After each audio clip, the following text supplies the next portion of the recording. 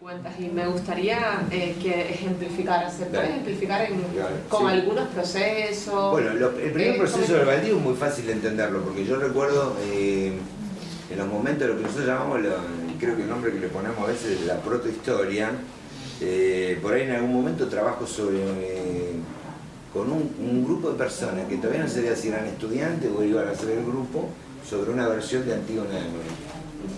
Digo, bueno, entonces, en aquel momento yo no entendía nada de lo que te digo, digamos, o sea, no podía comprender alguna de esas cosas, hoy lo haría de otra manera. Pero el otro día hablaba con Pablo porque ¿cómo estaba construido? Bueno, estaba construido en una manera de golpear sobre el propio texto de Anouilh, que en realidad ya había golpeado sobre la tragedia, llevándolo a otro plano, pero él mantenía todavía ahí un coro, digamos, ¿no? El coro, no sé cómo fue, en un trabajo que empezamos a realizar, el coro se transformó en un personaje en particular, un personaje que hacía una actriz. Y luego, lo que contaba Anouilh me parecía tremendamente sugestivo, pero a mí me parecía que era muy fuerte si yo lograba, yo era muy joven en ese momento, si lograba contar también la historia de los actores haciendo eso, ¿no? Así que las líneas de dramaturgia iban por tres lugares.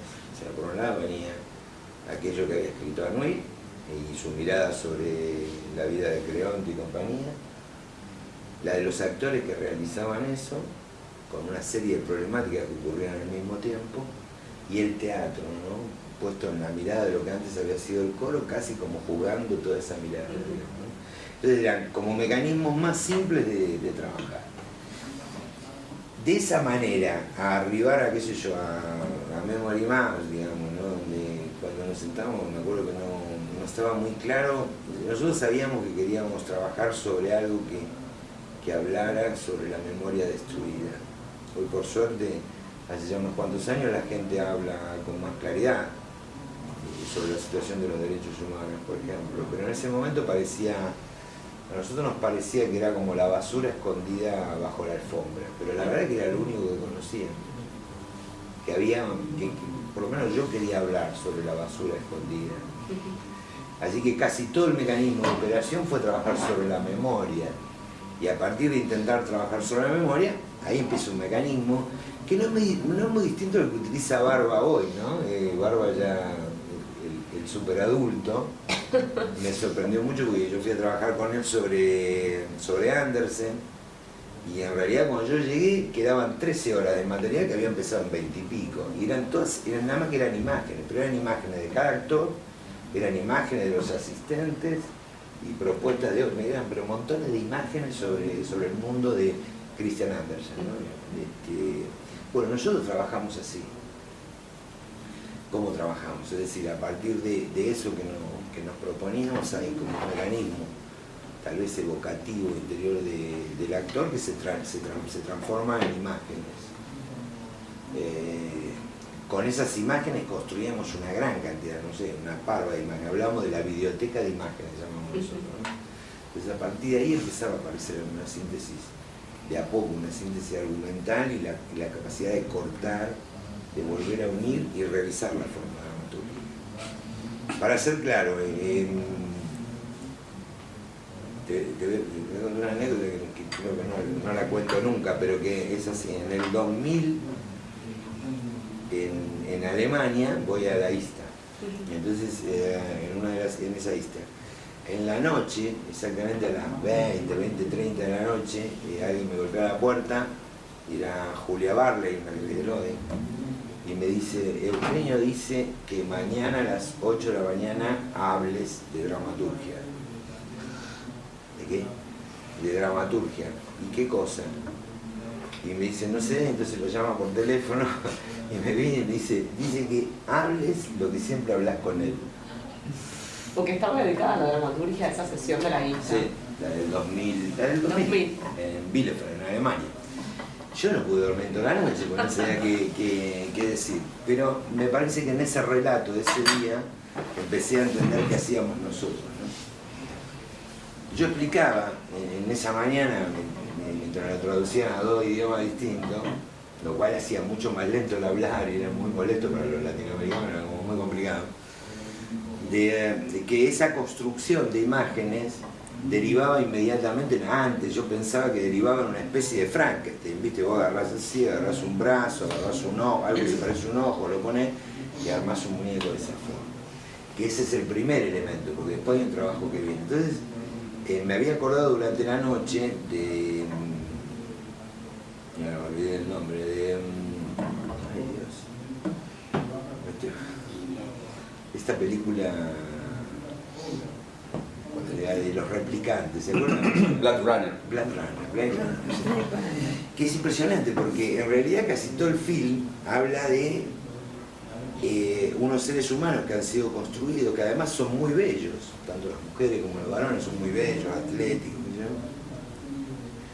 Entonces yo explicaba, digamos, que el proceso de pulido de esas imágenes, de esa idea, en este caso casi grupal a contar, era como limpiar y llevar esa imagen inicial del Frankenstein a algo que parece extremadamente un ser humano, pero que no lo es, que ha sido construido y que tiene fecha de vencimiento, ¿no? Que ese era el gran conflicto de la película, del film, que tiene fecha de vencimiento, y los tipos, de la misma manera que nosotros nos preguntamos, viste que hay, cuándo termina la vida, ellos se preguntaban, digamos, cuándo se apaga la luz, y buscaban la transformación. Bueno, un poco el proceso dramatúrgico tiene que ver con eso, el que nosotros realizamos, tiene que ver con ese tipo de construcción, con la idea de armar algo que se va armando y que va adquiriendo forma y que te permite redescubrir algo de lo que había en tu, si vos querés, en tu primer nivel dramatúrgico de carácter evocativo, ¿no? Algo que está dentro tuyo que necesitas mencionar.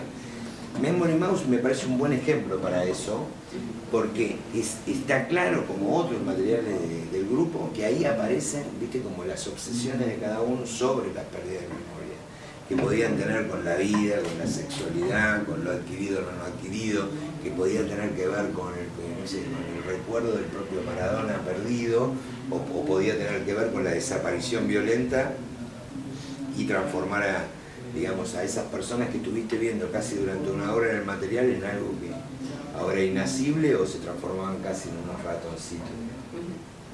Me parece que ese ha sido el mecanismo de construcción más habitual en nosotros.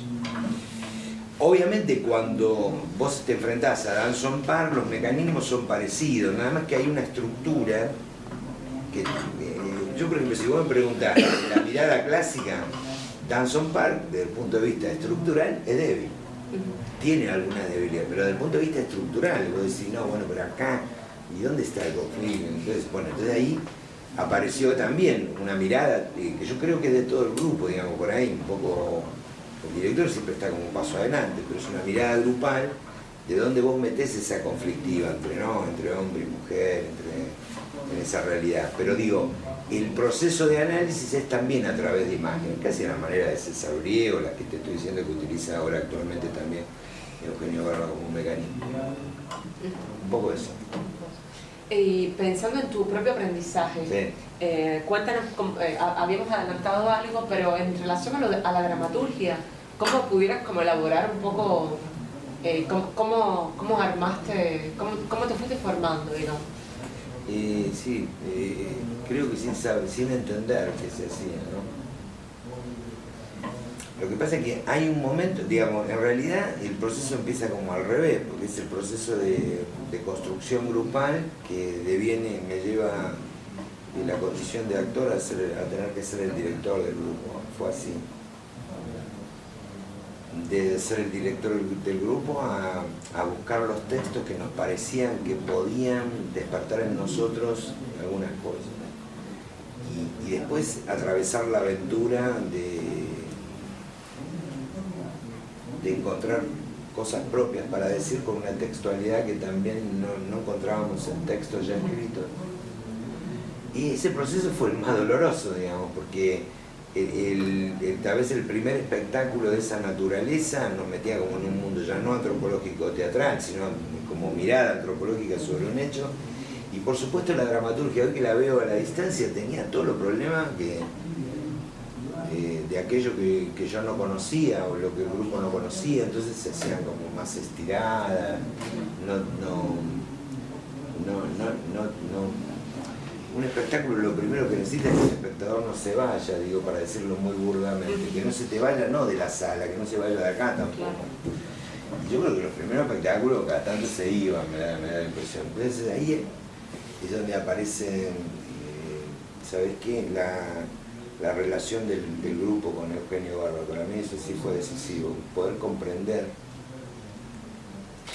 que antes que nada algo debe funcionar, que el ritmo no es algo que se repite eternamente, sino que tiene variaciones y cambios.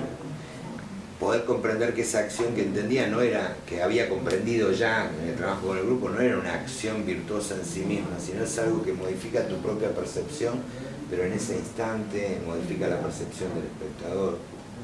Que los ritmos están ligados a fenómenos de sorpresa, que el montaje de atracciones no era un juego de Eisenstein en el cine, sino que había nacido en la mirada de Nerjo. Entonces es como si de pronto empezara todo a unirse. Entonces yo hoy siento que soy capaz de agarrar cualquier material y que funcione, lo cual no quiere decir que sea un buen espectáculo, no sé si se entiende. Pero primero que funcione, porque el primer camino como director es encontrar cosas que en algún momento tenían como mucha inexperiencia en la posibilidad de retener. Puedo insistir, no, tener al espectador es central para que los dos podamos entrar en otro tipo de nivel, que es un nivel que a veces uno piensa que lo maneja Dios, ¿viste? Que es el nivel de que un espectáculo pueda cambiar el pensamiento de un espectador. Y eso ya es mucho más difícil. Pero digo, lo central es que el otro esté con vos, que no sepa por qué. Entonces ahí, ¿por qué te digo lo de Barba? Porque en realidad Barba es el reflejo de montones de otras miradas, ¿no? Por ejemplo, a través de él pude entrenar y conocer a maestros que vienen de otras tradiciones. Por ejemplo, la de Etienne de Cruz, en el mismo contemporáneo. Es una cosa infernal, digamos, ¿viste? Con nombres para cada cosa. El dínamo motor, la manera de cambiar, el comprendo, no comprendo como fenómeno dramatúrgico, en la dirección. La dramaturgia de dirección, ¿no? Ah, toma, te hago comprender esto y de pronto no entendés, te hago comprender esto y te salgo para el otro lado. Eso no lo entendía antes. Es decir, que hay un fenómeno, digamos, que va, digamos, en la dirección me refiero, ¿no? En la dramaturgia de dirección, como un fenómeno también de construir un momento mágico en la tenencia del espectador, digamos. Y si no, no hay... Por ejemplo, Ferdinando Taviani suele decir, más o menos una traducción muy bestial lo que te voy a decir, pero para decirlo claro, suele decir, si vos tenés un texto determinado que tiene una lógica, ¿no? De principio, desarrollo y fin, si vos tenés una serie un director que tiene claridad sobre ese principio, desarrollo y fin y va por ese lugar del autor, si vos tenés un grupo de actores que comprenden aquello que el director quiere y aquello que ha escrito ese autor, lo que tenés es un espectáculo de mierda. Esa sería la traducción. Es decir, no tenés nada. ¿Me entendés? Porque es como la construcción de un sándwich de salame con salame. Lo ya sabido, Lo ya sabido. Lo ya sabido. Entonces, pero bueno, pero al principio, cuando uno al principio está construyendo, uno no mucho más si viene del autodidactismo dramatúrgico y de dirección, a pesar de haber pasado por algunos maestros de la dirección, pero no era con ellos que podía hablar ese tema, digamos. Y además, viste, digo, esto, a pesar de dirigir una escuela de teatro, no son en las escuelas donde se terminan formando los actores, eso creo que está claro, digamos, mucho menos las escuelas oficiales, sino que es en ese lugar donde vos mostrás aquello que te falta, aquello que tenés, que provoque, viste, a veces provoca fracasos en situaciones, ¿no? Digo, que te permitan reflexionar en la continuidad, ¿no? Me parece eso. Claro. No, en relación, la antropología teatral como que nos ha dado, nos ha brindado como un lenguaje muy metafórico, ¿no? Sí. En relación a pensar el teatro. Quería un poco que nos contaras también cómo es en tu trabajo, en el trabajo grupal, también la capacidad de metaforización para crear terminología, para crear herramientas de trabajo, porque es un mundo también de palabras, ¿no? Sí. De palabras propias, ¿no? De palabras que solo pertenecen a ese Exacto. mundo, digamos, que es medio... Sí, una especie de jerga, ¿no? Así es. Bueno, sí, la antropología teatral me da la impresión de que ha aportado muchas cosas, mucho más de lo que entienden o que lo han hecho, digo, a veces, porque me parece que es también la posibilidad de mirar, la mirada de los distintos maestros, casi sin eliminar ninguna, sino ayudarte a comprender algunas miradas y a generar una serie de elementos, viste, que son como a veces hiperhumildes, ¿no? Como la idea de no saber por qué, pero aconsejarte determinado tipo de cosas, sin que esa cosa pueda explicar por qué se produce a veces. Y por supuesto que ahí la terminología, las palabras son muy importantes, y la libertad también para ese desarrollo. Entonces, ahí aparecen muchas cosas. Una, viste, por lo que te decía recién, eliminar la obsesión de pensar que el otro puede comprender exactamente aquello que vos decís. Esto es lo primero, me parece, ¿no? De ahí aparece Pradier con esta idea de la teoría del malentendido, que a mí me acompaña fuertemente, digamos, sobre todo en la formación de otra persona. Digamos, esta idea de pensar que el otro va a hacer lo que yo quiero es un delirio. En realidad, en el fenómeno de comunicación lo que se produce es una comprensión del otro que abre una nueva potencialidad creativa. Y en el vínculo del grupo, eso es muy, digo del grupo en tanto el director y la grupalidad en cuanto a la producción de un espectáculo, eso también es muy importante. Nosotros hemos encontrado algunos mecanismos, viste, que nosotros entiendo que le llamamos mecanismos de traición, digamos. En realidad nadie termina aceptando exactamente lo que yo digo. Esto al principio no era así. En los últimos años es muy fuerte, es muy claro, es muy fácil de verlo. Digamos, yo quedo como convencido de que convenzo, y el otro traiciona como puede, dibuja la traición, y yo me parece que es muy efectiva, que está buena, digamos. No en todos los momentos. En algunos momentos, digamos, las características que tiene un grupo es llevar a fulano para tal costado, porque si viene haciendo tal cosa, me gustaría que haga otra, ¿no? Pero la verdad que, y entonces eso también es una parte del diálogo, un diálogo que está en donde también hay ausencia de palabras. Y cuando aparece la palabra, digamos, si vos crees en el problema del malentendido, toda potencialidad metafórica abre más mundos y lugares. Si el actor, me parece, empieza a entender eso, empieza a entender algunas otras cosas. Por ejemplo, que cuanto más internamente tenga diversas líneas de pensamiento en el mismo instante, abre potencialidades distintas también en la emisión de la palabra, digamos. Porque por ahí lo central ha sido hacer eso, lo central en nosotros me parece que ha sido intentar no ser, en el mal sentido de la palabra, ¿no? Un actor intérprete, digamos. Justamente la negación de algunos aspectos determinados, digamos, el teatro como solamente el texto, ¿no? Bueno, pero eso no significa negar el texto, todo lo contrario, sino buscar la posibilidad de que un texto se multiplique y se abra, que además tiene más que ver, en un sentido tiene mucho más que ver con la vida, digamos, o sea, con la literatura también. Obvio, y siempre yo digo que los te quiero más efectivos son aquellos cuando vos lo decís y el otro lo que sabe es que estás en el peor de los momentos, ¿no? Que vos le preguntás al otro, ¿vos me querés? Sí, te quiero, dice el otro. Si te quiero, ¿no? Tiene una potencia que no tiene que ver con la palabra en sí mismo, sino con aquello que la aborda, aquello que le da textura y todo eso. Por lo tanto, un poco, yo siempre creo que la construcción de espectáculos de esta manera es como, ¿no? Como un mundo, ¿no?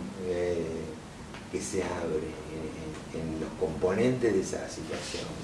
Hay algo que se abre como juego en ese instante. Hay como un juego que compartimos todos. Hay algo conoces el TEC, ¿no? Hay algo de ese juego de guerra, pero que tampoco es una guerra, en el fondo es un juego y que empieza a establecerse entre actor, director y mundo global. En Dance on Par pasó mucho esto, me parece. Fue muy fuerte como situación, digamos, así de nada. Algunas de los actores que yo tengo son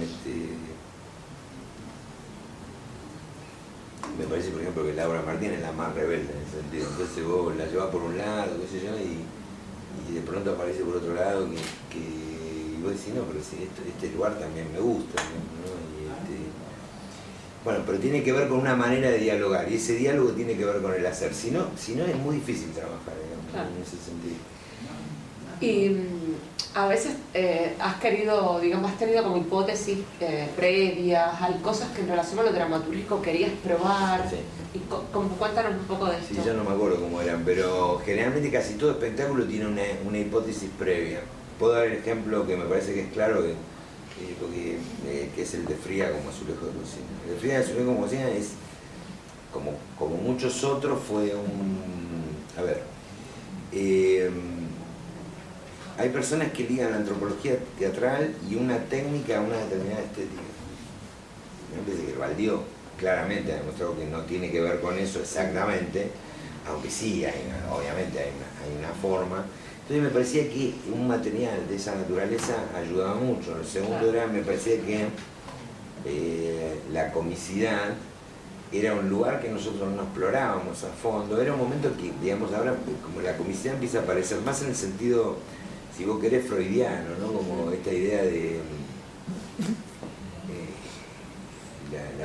la comicidad se origina ahí donde vos tenés la impotencia de asumir la tragedia, digamos, ¿entendés?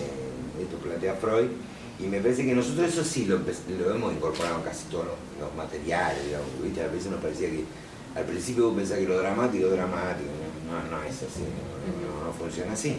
Pero entonces ir a un espectáculo de esa naturaleza era como me parecía que era lo máximo. Y por otro lado, había un material que hacía, me olvidé ahora también el nombre, Ginsburg, ¿no? Hacía un material por televisión, no me acuerdo cómo se llama el programa. El show de la comedia. El show de la comedia, algo así. Entonces iban actores, todos de ellos importantes para el teatro oficial, y montaban un monólogo humorístico. Algunos eran muy buenos y algunos eran horribles, digamos. Yo decía, bueno, nosotros lo podemos hacer de otra manera. Y me parecía que esas actrices necesitaban transitar otro lugar. Entonces ahí hay toda una hipótesis de trabajo. La hipótesis central, ¿cuál fue? Yo dije, dejo de ser el maestro es el espectador. Es muy duro, con el humor es muy duro el espectador. O sea, responde, no responde, pero es otro problema. Yo ya no soy culpable. Entonces, me parece que en ese lugar hay una hipótesis casi inicial de trabajo, digamos, por lo menos en el caso mío. Muchas veces esas hipótesis son enunciadas, como en este caso. En otros lugares no, en otras situaciones no. Es como si el director fuera por un mundo y se planteara algunas cosas de cómo trabajar, de cómo llegar. Y después encontrar alguna cosa que me acompaña desde que empezamos con el grupo, que tener como varios finales siempre de los materiales, una cosa así. Pero digo, me parece que la forma de trabajar con una hipótesis concreta, la de Fría fue muy fuerte en ese sentido, porque implicaba trabajar por ese lado y poner en marcha de que la idea también de la comicidad no era más que una de las impotencias que manifestamos frente a los relatos trágicos, ¿viste? Y esas mujeres, a pesar de todo eso, en realidad atravesaban situaciones que, vistas desde la mirada de hoy, para mí son trágicas, ¿no? Entonces, bueno, un poco de eso. Bueno, una última pregunta y lo abrimos así al público. ¿Cómo te llevas con el registro, el libro de teatro, ¿no? ¿Cuál sería como para tu experiencia, para la experiencia del grupo, como el registro ideal? Porque no sería, me parece, el de los textos, no sería un libro con los textos de las obras, pero ¿cómo lo ves tú? ¿Hay manera de que un libro contuviera algo de la experiencia del grupo? Bueno, eso es un desafío también, porque... A ver, el libro como texto de aquel texto realizado no es algo que hemos ejecutado, pero me parece que es un tema que en algún momento necesitaríamos hacerlo, y no para que ese texto se haga, no tiene que ver con eso, sino para, no sé, igual tampoco me parece un registro muy importante, pero sí lo que me preocupa es el libro como un elemento de hacer el teatro. Digo, a ver, por ejemplo, si fulano dice, mi formación es autodidacta, es mentira que es solamente autodidacta. Digamos, ha tenido un maestro que por ahí ha viajado Yo personalmente, siempre lo digo, aprendí, y también ahí sí por insistencia de Barba, a dialogar con los muertos. Eso es lo que uno hace cuando lee a Stanislavski 8 veces, cuando vuelve sobre Merkel, dialoga con tipos que ya no están. En ese sentido, para mí hay una gran distancia entre esa textualidad y la textualidad de los textos producidos por, digamos, la academia hoy, digamos, desde el punto de vista del teórico, ¿no? El teatro, que también son materiales útiles, pero son como para guardar y para poder leer. En cambio, los textos escritos por los grandes maestros producen un impacto, creo que cualquiera, ¿no? O sea, por ejemplo, yo me acuerdo hacia un teatro pobre, digamos, o sea, siempre cuento cómo ha sido el impacto que me produjo a mí, no tiene nada que ver con lo que estaba escrito, eran las fotos. Claro. Yo la miro y digo, ¿viste? Algunas me parecen fotos, digo, esto está mal hecho, ¿viste? Pero las fotos, blanco y negro, triste, ¿viste? Despertaban un mundo mágico, vos decís, que lo asociabas a esa Polonia, no sé cómo era el tema. Bueno, yo lo que creo que entonces una manera de hacer el teatro es también la construcción del libro como registro y lanza, digamos. Pero eso no es fácil, y por eso es que nosotros demoramos bastante. Claro. No es fácil porque, te voy a insistir, hay una manera de escribir que es de carácter, que además yo escribo rápido de esa manera, antes, ahora no, que es más académica. Es como cuando vos mencionabas antes sobre el premio del Fondo, digamos, el proyecto de investigación del Fondo Nacional de las Artes, ¿viste? La manera de escribir, la formulación de la hipótesis, bueno, tenía que ver más con mi formación universitaria. Pero a mí me parece que escribir habla de otra cosa, ¿no? O por lo menos yo pienso eso. Escribir del teatro, digamos. Sí, me parece que tiene que ver con un diálogo con el otro hemisferio, ¿no? Esta no es palabra mía, te digo porque estuve como 7 años discutiéndolo con Eugenio. Eugenio tardó 8 años para hacer Brullar en la casa, Quemar la casa, el libro sobre el cual habla de dramaturgia. Porque lo difícil es encontrarte con lo metafórico en el relato también. Claro. Porque eso ayuda al lector también a abrir otro mundo. Me parece que eso más que un registro, entonces es un provocador. Entonces, la construcción de un libro que provoque, hasta acá no fue fácil, digamos, no apareció como deseo y necesidad. Sí hemos trabajado sobre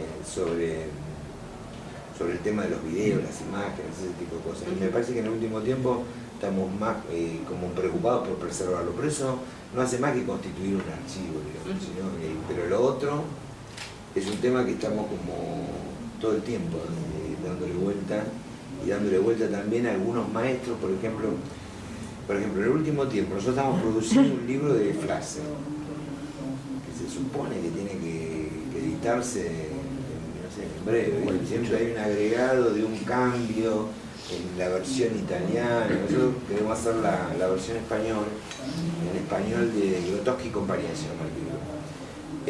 Pero venimos pensando, sobre todo con Pablo, que el libro solo no es, hay una serie de videos que realmente son, vos lo ves, son terriblemente desconocidos de un mundo, sobre todo de una época en Polonia, una manera del hacer que necesita ser retransmitido, digamos.